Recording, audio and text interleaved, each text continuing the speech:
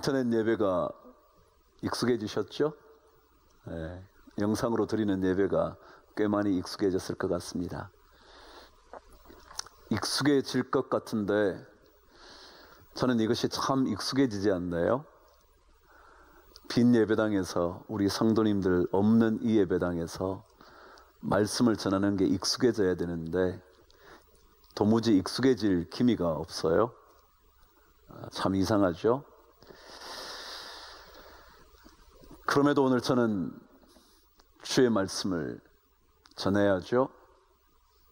또 여러분이 이 자리에 계시지 않지만 영상 속에서 여러분이 하나님의 말씀을 들으셔야죠.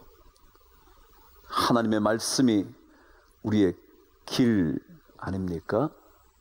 여러분과 제가 걸어가야 할 믿음의 길 보여주시는 것이 말씀이잖아요.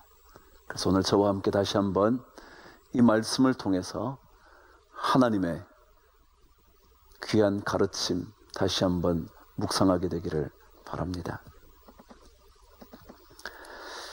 기도에 관한 책을 8권이나 쓴 E.M. 바운저라는 목사님의 말씀 중에 이런 기록 하나가 있습니다.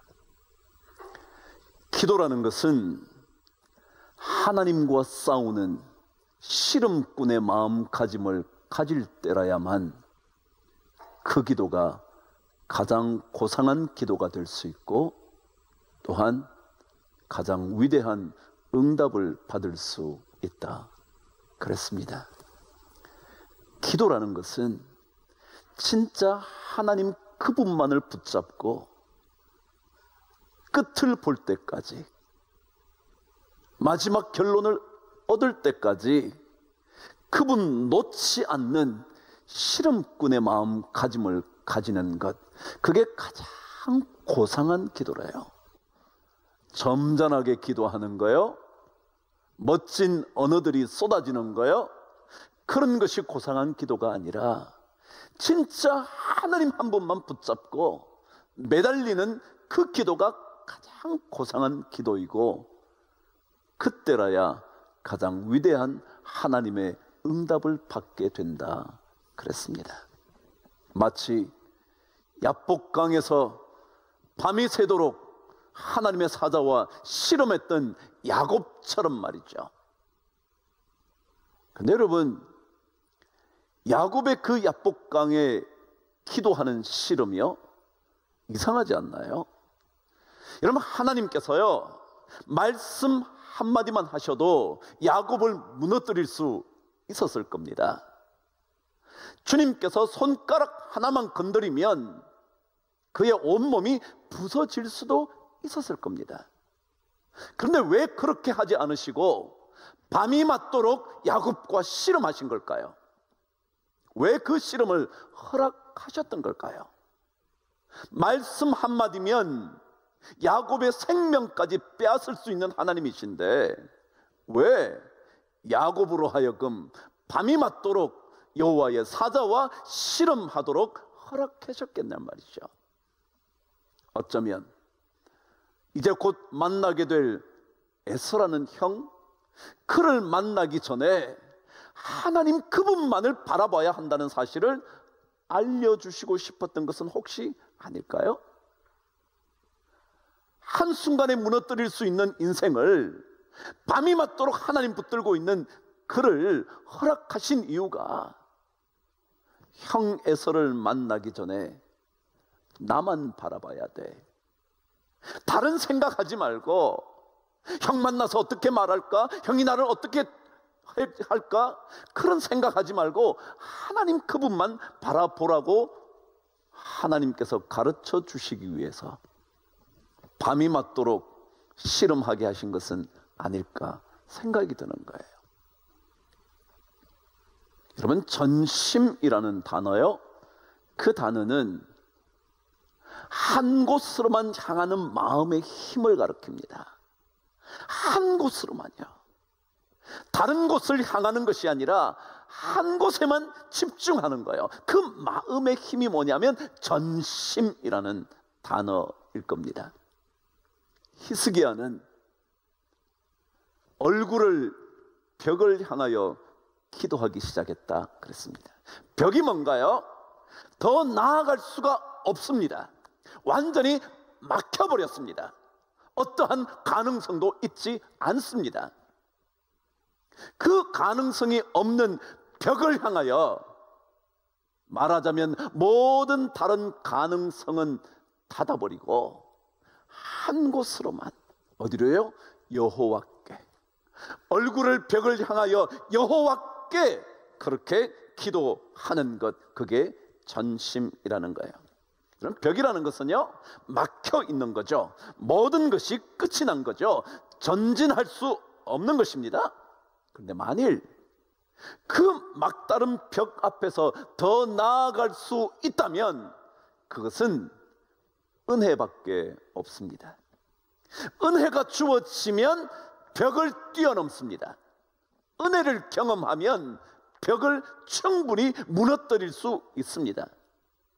꽉 막힌 벽, 뛰어넘는 길은 은혜밖에 없습니다.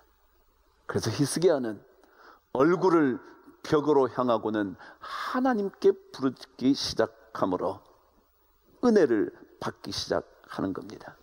신앙생활은 다른 가능성의 문들은 하나 둘씩 닫는 연습하는 겁니다. 이 가능성도 좀 닫아보고요, 저 가능성의 문도 닫고요, 저 가능성의 창문도 닫아보는 겁니다. 그리고는 하나님께로 향한 문을 조금씩 조금씩 더 활짝 열어가는 겁니다. 왜냐하면 하나님을 향할 때 하나님의 새롭고도 깊은 은혜가 쏟아지기 시작하기 때문에 그렇습니다. 오늘 말씀에도 의하면 히스기야가 하나님 그분께로만 향하기 시작할 때 은혜가 찾아온 것을 기록해 두고 있습니다. 5절 말씀에 의하면 하나님께서 먼저 히스기야 그에게 은혜를 줍니다. 너의 수명을 15년을 더해 줄 거라고, 너의 생명의 기한을 15년 연장해 줄 거라고 말씀합니다. 그래요, 여러분, 은혜는요 먼저 내게 와야 합니다. 은혜는 먼저 여러분에게 와야 합니다. 그래야 그 은혜를 받고 삶을 다시 살 수 있는 힘을 냅니다. 은혜를 받아야 이 고통스러운 상황을 견뎌낼 수가 있습니다. 은혜를 받아야 슬픔 속에서도 기쁨의 찬송을 부를 수가 있습니다. 은혜를 받아야 여러분과 제가 고통스러운 삶의 시간 속에서 버텨낼 수가 있습니다. 그래요, 은혜는 먼저 여러분과 저에게 임해야 합니다. 은혜는 히스기야 그에게 먼저 임해야 합니다. 그런데 오늘 성경은 은혜라는 것이 나에게만 주어져서는 안 된다고 가르쳐 줍니다. 저와 함께 6절을 읽어보실까요? 시작. 너와 이 성을 아수르 왕의 손에서 건져내겠고 내가 또 이 성을 보호하리라 그랬어요. 나에게만 주어지는 은혜를 사모하게 되고 그 은혜만을 받고 사는 인생이 되면 지극히 이기적인 존재가 되고 맙니다. 지극히 이기적인 기독교가 되고 맙니다. 자기에게만 주어지는 은혜, 내 가정에만 주어지는 은혜, 내 자식에게만 주어지는 그 은혜만 받으면 우리는 전부 다 자기에게만 몰두하는 신앙으로 삽니다. 그런데 오늘 성경은 그렇게 말하지 않습니다. 너와 이 성, 이 예루살렘 성, 이 성을 하나님께서 건져내겠다 말씀하시는 겁니다. 하나님의 은혜는요, 나를 뛰어넘어 내가 기도한 것보다 더 넘치도록 허락하시는 분이십니다. 제가 좋아하는 에베소서 3장 20절 말씀에 늘 그렇게 말하잖아요. 우리가 구하거나 생각하는 것보다 더 넘치도록 능히 하시는 그분이요, 우리가 구하는 거야, 하나님 내 생명 좀 살려주세요 라고 말한 그 구한 것, 이렇게만 되면 좋겠다고 생각하는 그것보다 더 넘치도록 하시는 하나님의 은혜요. 오늘 말씀 그대로 히스기야는 생명을 살려달라고 기도했지만 하나님은 그 생명만이 아니라 예루살렘 성을 보호해 주시겠다고, 건져내 주시겠다고, 지금 건져주시는 것만이 아니라 앞으로도 지속적으로 보호하시겠다고 그 은혜를 부어주시는 거예요. 이게 주님의 놀랍고도 크신 새로운 은혜입니다. 전심으로 하나님께 향하면, 내 마음을 하나님께로만 문을 열기 시작하면 하나님은 나에게 은혜를 주실 뿐만 아니라 나를 통하여 더 많은 사람들, 더 많은 자리들이 은혜의 자리가 되도록 만드신다는 거죠. 저는 교회 공동체요, 그런 공동체가 되었으면 좋겠다 늘 기도합니다. 우리만 잘 되는 공동체가 아니라 이 교회가 이 자리에 있음으로 인하여 우리의 주변들이 살아나기 시작하는 거예요. 우리 교회가 있음으로 인하여 이 주변에 수많은 열매들이 맺히는 그런 공동체예요. 우리 교회가 있음으로 인하여 주변이 기쁨을 얻는 그런 공동체예요. 왜냐하면 하나님의 은혜는 우리만 누리는 게 아니거든요. 예루살렘 성, 그리고 앞으로도 지속적으로 보호받게 되는 그 성, 그 안에 있는 모든 사람이 살게 되는 그것 말이죠. 그런데 이런 은혜를 부르는 전심이라는 그것에는 한 가지 필요한 게 있다고 성경은 기록합니다. 이 전심, 하나님께로만 향하는 이 전심에는요, 한 가지 꼭 필요한 게 있다고 성경은 가르쳐 줍니다. 그게 3절 말씀입니다. 저와 함께 읽으시죠. 시작. 이르되 여호와여 구하오니 내가 주 앞에서 진실과 전심으로 행하며 주의 목전에서 선하게 행한 것을 기억하옵소서 하고 히스기야가 심히 통곡하니. 전심이라는 이 마음 속에는요, 통곡이 담겨져 있어야 한다. 성경은 기록합니다. 하나님께로 향하는 그 한 마음, 온전한 마음에는 통곡이라는 것이 담겨져 있어야 한다는 거죠. 여러분, 히브리어 통곡이라는 단어는 한 단어로 되어 있지 않습니다. 두 단어가 합쳐져 있습니다. 이런 의미입니다. 울음이라는 단어와 울다라는 단어입니다. 다시 말하면 울음을 울다라는 게 통곡입니다. 그러니까 울음이 강조된 거죠. 눈물 흘리는 정도가 아닙니다. 가슴 속에서 터져나와서 소리치려면서 우는 것입니다. 진짜 통곡이라는 단말이 정확한 거죠. 그냥 운 것이 아닙니다. 가슴 속에서 터져나오는 이 아픔의 눈물을 쏟아내는 것, 그게 통곡이라는 단어이죠. 그런데 이 바카 통곡이라는 단어는 주로 언제 사용되느냐 하면 회개에 관련된 울음일 때 이 단어를 사용합니다. 회개, 깨우치는 것, 회개하는 것, 하나님 앞에 자신의 부족과 허물과 죄악을 쏟아놓는 그런 고백이 통곡이라는 것입니다. 요시야 왕이 하나님의 율법책을 발견하고 백성 앞에서 그 말씀을 읽으면서 통곡했던 그때, 백성들의 지나온 수많은 죄악들, 수많은 허물들, 수많은 부족함들, 연약함들을 고백하면서 깨달아 우는 그것,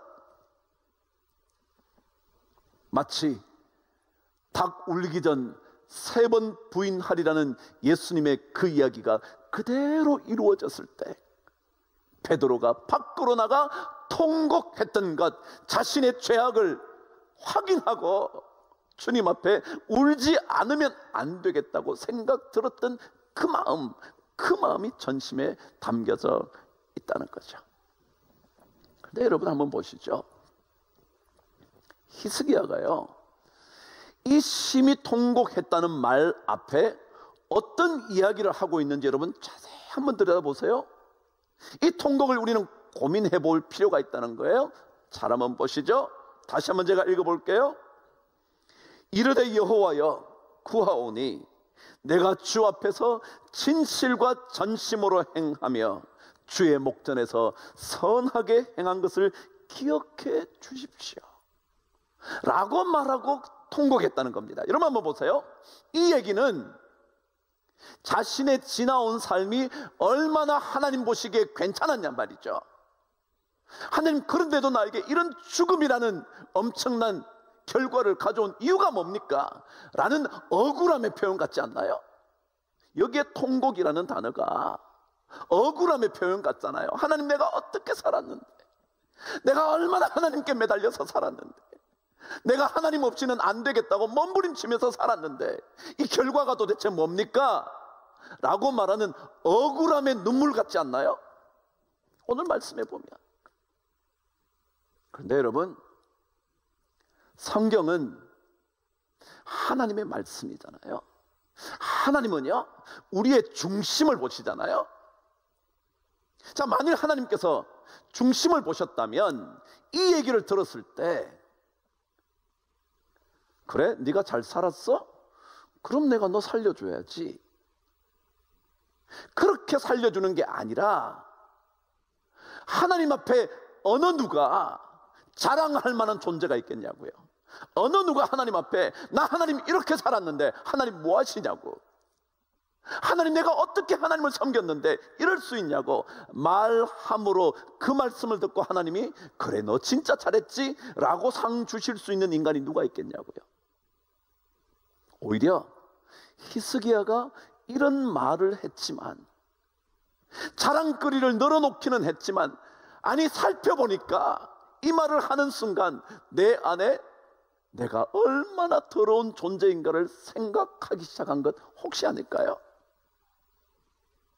여러분, 하나님의 은혜는요 중심을 통하여 오는 거잖아요. 내가 아무리 잘난 것처럼 말해도 그 마음 안에 하나님, 아무리 제가 이렇게 말하지만 하나님 앞에 정말 설 수 없는 죄인입니다. 진짜 하나님 앞에 제가 부끄러워서 숨을 수밖에 없는 존재입니다 라는 마음을 안 가진다면 하나님이 이런 말 늘어놓는 사람을 좋아하실까요?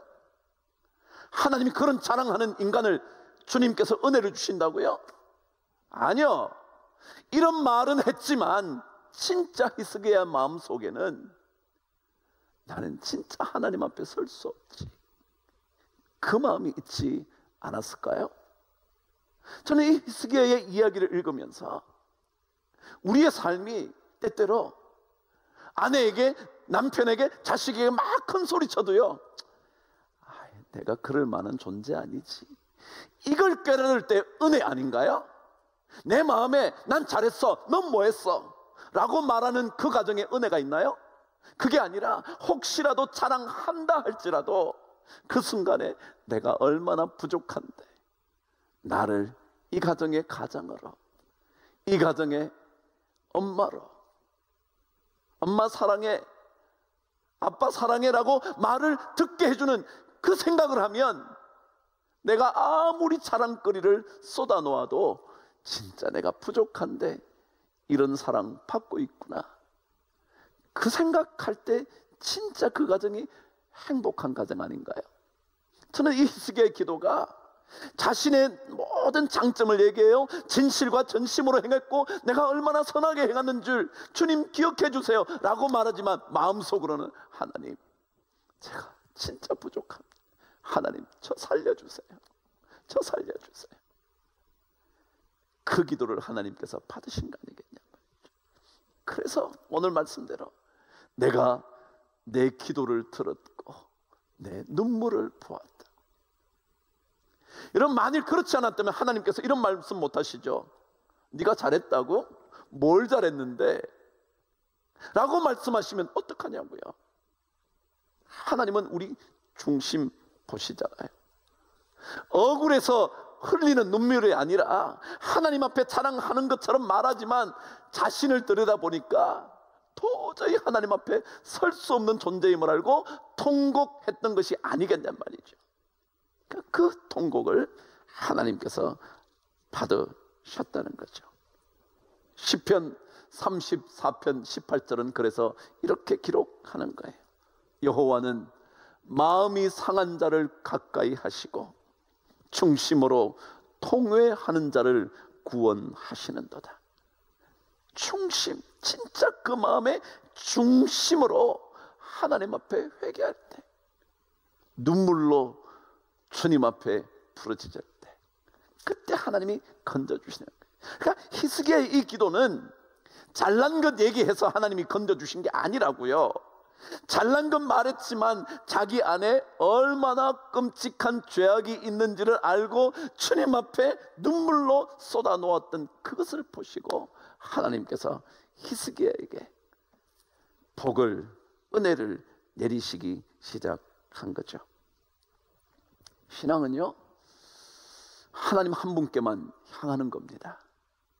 근데 그 한 분께 향할 때 다른 가능성이 아니라 하나님 그분에게만 향할 때 우리 안에 있어야 하는 마음은, 나는 정말 하나님 앞에 부족합니다. 저는 하나님 앞에 진짜 죄가 많은 사람입니다. 숨을 곳만 있다면 숨어버리고 싶은 존재입니다. 가릴 것이 너무 많아서 하나님 어쩌할 바를 모르겠습니다 라고 말하는 그 통곡의 마음이 있어야 하나님 은혜가 임하는 겁니다. 그래야 하나님의 더 깊고 더 새로운 은혜가 우리에게, 그리고 우리를 통하여 퍼져나가기 시작하는 겁니다. 우리는 진짜 주님 앞에 울 수 있어야 합니다. 울음을 잃어버리면, 통곡의 마음을 잃어버리면, 내 죄를 깨닫고 주님 앞에 눈물로 기도하는 그 법을 잃어버리면 우리는 하나님의 새롭고 깊은 은혜를 받을 수 없을 겁니다. 만일 하나님께로만 향하는 믿음의 길을 걷는다고 말하면서 나에게 여전히 자랑거리가 많다고 생각한다면 우리는 그분의 넘치는 은혜의 대상자, 수혜자가 될 수가 없을 겁니다. 시편 72편 6절은 이렇게 기록해 두었습니다. 그가 벤 풀 위에 내리는 비같이 땅을 적시는 소낙비같이 내리리니 그랬습니다. 벤 풀이 뭐예요? 베어져 버렸습니다. 이미 잘려나갔습니다. 이제 더 이상 가능성이 없을지도 모릅니다. 그러나 그 위에 하나님께서 피를 쏟아 부어주십니다. 우리의 죄악으로 인하여 우리는 이미 잘려나간 존재나 다름없지만 그 위에 하나님이 은혜의 비를 내려주시는 겁니다. 그게 하나님입니다. 그 하나님께 우리는 다시 한번 하나님 그분께만 마음을 쏟아 열고, 그리고 내 속에 있는 수많은 부족함을, 수많은 연약함을, 수많은 죄악을 주님 앞에 내려놓고 눈물로 기도할 때 저는 우리에게, 그리고 여러분에게, 그리고 이 공동체 위에, 아니 이 공동체를 통하여 정말 주변에 큰 은혜, 새로운 은혜가 넘치게 될 줄 믿습니다.